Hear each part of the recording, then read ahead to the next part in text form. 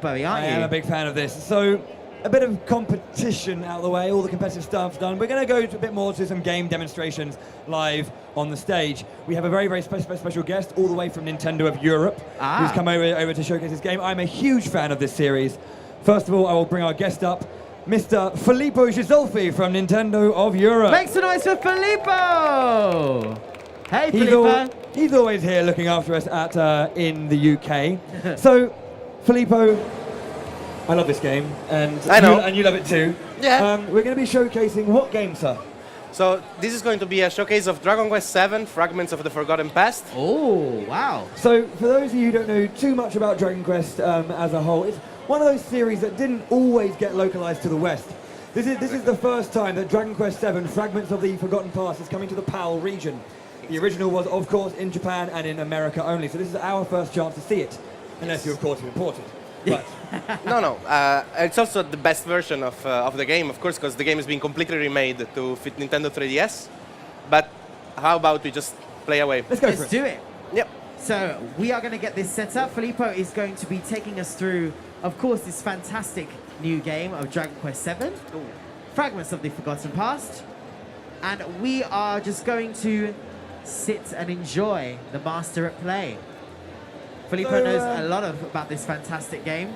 So who here, either on the floor here in the room or you guys at home, who here is a big Dragon Quest fan?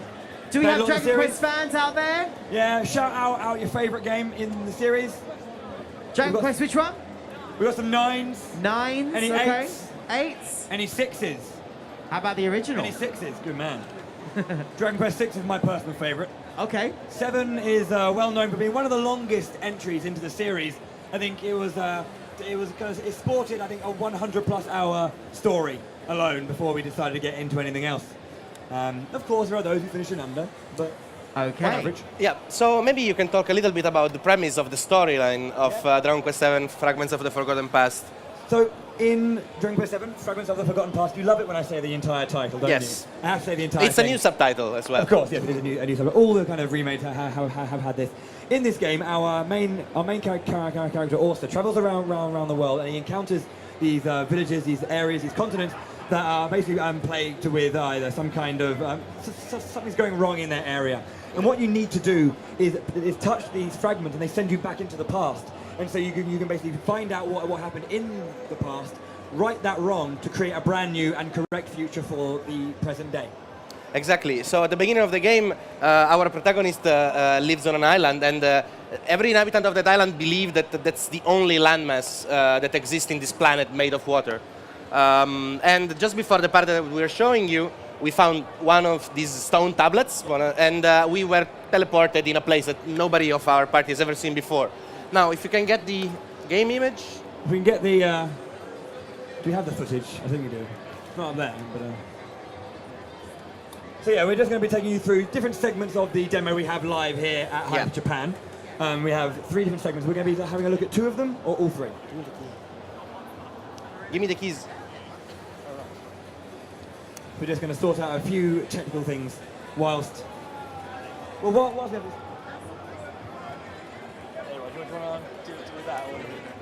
Let me just check.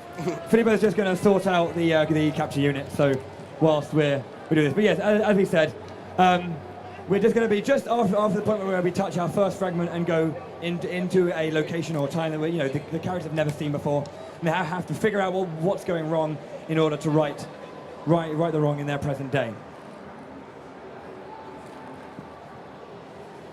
How are we doing?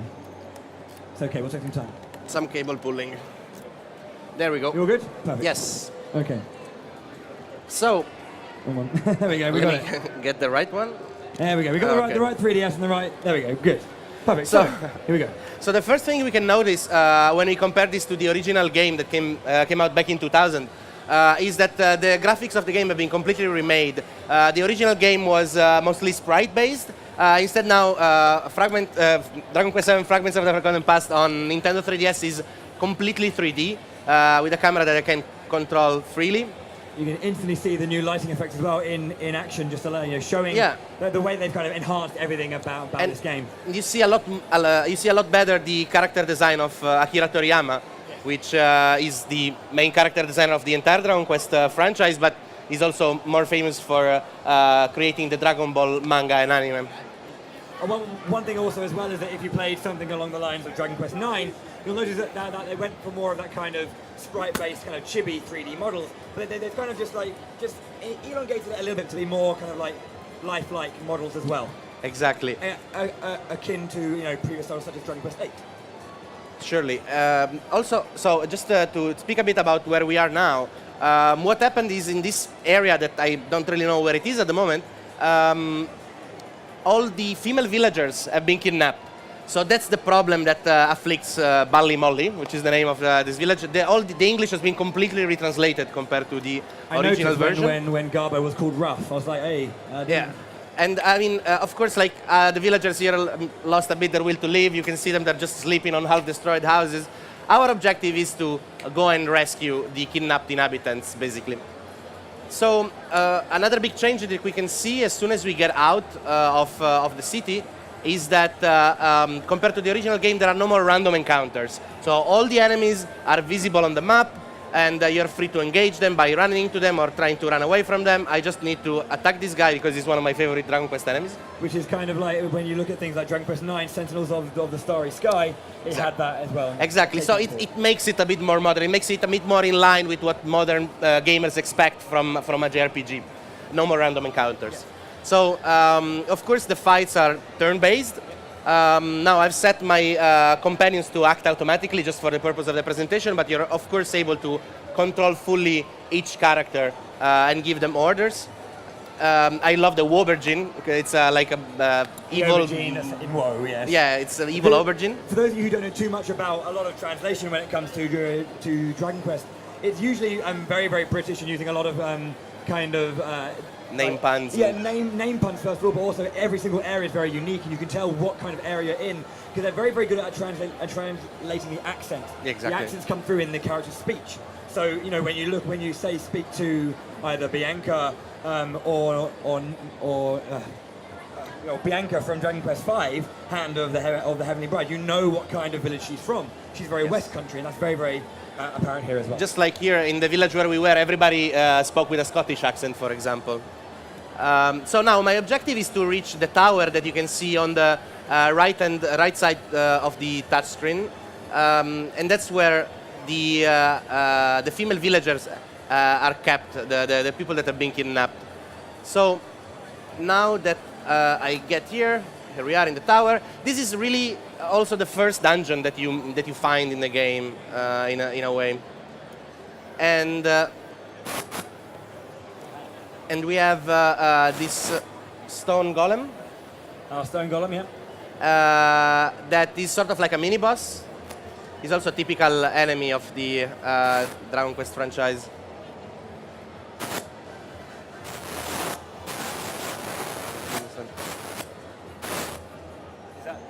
Is that me? I don't know.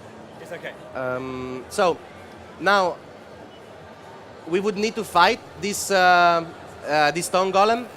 So and then get into the tower proper, which is, as I said, the first dungeon. And when you finish the tower, we will find the sorcerer that has kidnapped the villagers. But I'm fairly sure that our viewers and people here are familiar with turn-based combat, and therefore. Very nice and dynamic as well, because a lot of older Dragon Quest games didn't tend to show the character sprites in battle. That was something that kind of came along with Dragon Quest VIII. But here you can see your characters acting, and you can see them interacting with the enemy. That's also something that's part of the remake that wasn't part of the original game that makes the game again a bit more modern. So now I'm actually not going to show you the entire dungeon because that's a bit long. I'm just going to load a different save file that shows what happens after we finish this dungeon. Okay. So here we go. So it's not as simple as just one thing is wrong. You have to go through a series of quests in each kind of past. There's not just one thing afflicting. Sometimes they're a lot simpler, but every single unique issue is kind of its own little contained story that helps build to a wider, wider story arc. You're spoiling the story. No, I'm joking. I said nothing about the story. I could mention the last boss final name if you want. So that's part of the main flow of Dragon Quest VII Fragments of the Forgotten Past, which makes it really unique compared to other Dragon Quest games, which is the fact that each individual area that you rescue when you time travel has its own individual storyline. So it's actually very well suited for a portable experience, for example. So instead of having to deal with one overarching story that you need to consistently be aware of, you can just deal with one small segment and kind of just keep it focused in like smaller areas, and then you can move on to the next, move on to the next. Precisely. So now we have completed the tower. We have rescued the female villagers that were kidnapped, and you see here little girls playing around, very happy. All the men are happy. Exactly. The lady is not so happy about the old guy hitting on her, but apart from that, everybody else is happy. The village is starting to get rebuilt. So we have solved the problem that was afflicting this area, the village of Ballymolly, right? And therefore, I am free to try to go back from where I came from, which is through this forest. Let me just turn the camera around. And of course, there are no enemies anymore here, because as I said, I've solved the problem of this place. Yeah, enemies tend to only inhabit the areas when there is the issue going on. When it's fixed, you kind of clear the enemy. It depends. In many cases, yes, yeah. But not always. It's very important. There is also a big. What I did like about Dragon Quest VII as well is it did add a nice little element of puzzling as well. There was a dungeon just next to the tower called the Rainbow Mines. Yes. And in there's a nice kind of like color and like pushing puzzle that kind of just stretches the way in which you engage with Dragon Quest. Exactly. So now I'm just going to skip a bit of the text, but our characters are asking themselves, what was that happened? Did we dream? Was it a collective hallucination? Where were we? Because as I said before, up until this point in the game, they all believe to be in the only place that exists in the world. So, and this is really the main game flow of the game of Dragon Quest VII. It's what makes the title unique, as I was saying. The fact that, as this little fairy is explaining, our characters actually time traveled. They found the stone tablet. They brought it to this temple, and that made them travel in the past in a location that does not exist in their present, because it stopped existing when they had that problem. So by time traveling and solving their problem in the past, we now give a new future or present, in this case, to Ballymolly, and therefore that island pops up in our present. So they discovered that it's not the only landmass, the one where they live in. It's just that they need to rescue the entire world, and little by little they will eventually form entire continents by doing so. So literally discovering an entire world by bringing it back from the brink in the past. And also, like, if you go back to that island now, they will talk about what you did in the past as basically it's a legend that is part of their history. All of the villagers there are not the ones that we found when we were in the past. They're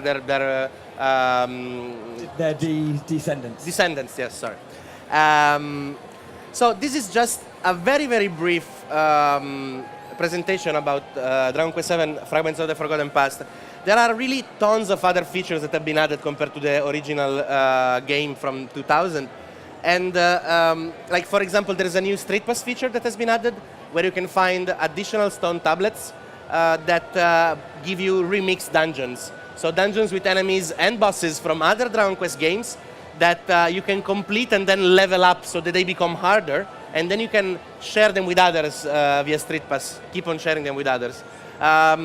There are, in the game, there are about almost 50 classes. You can also give monster classes to your party members. And for example, I can assign the slime class to a party member, and he will look like a slime when I'm running around in the warm-up and I'm fighting in battles.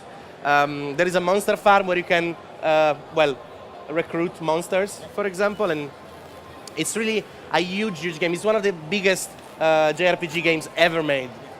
Sure, I mean, when it first came out, it did kind of wow people with just how much content was packed into it. And obviously there's a lot more here on the 3DS version. Exactly. So, is that the end of our demonstration? Yes, yeah? I just wanted to show like what really makes this Dragon Quest title different compared to all the other ones, and showcase the new graphics, of course. Well, it is looking fantastic, and you know, having played the original and kind of seeing what it originally looked like, to see it in this kind of way, it's kind of what a lot of players who play original games or like retro games kind of really want to see. They want to see the games they know and love from back then reimagined in these beautiful 3D ways. And you know, it's more modern, more streamlined as well. There are a lot of changes that have been made to make the game up to date with 2016 in a way, and it's really, really a great game. Excellent. So, just kind of finishing, obviously that was Dragon Quest VII, Fragments of the Forgotten Past. I hope you've enjoyed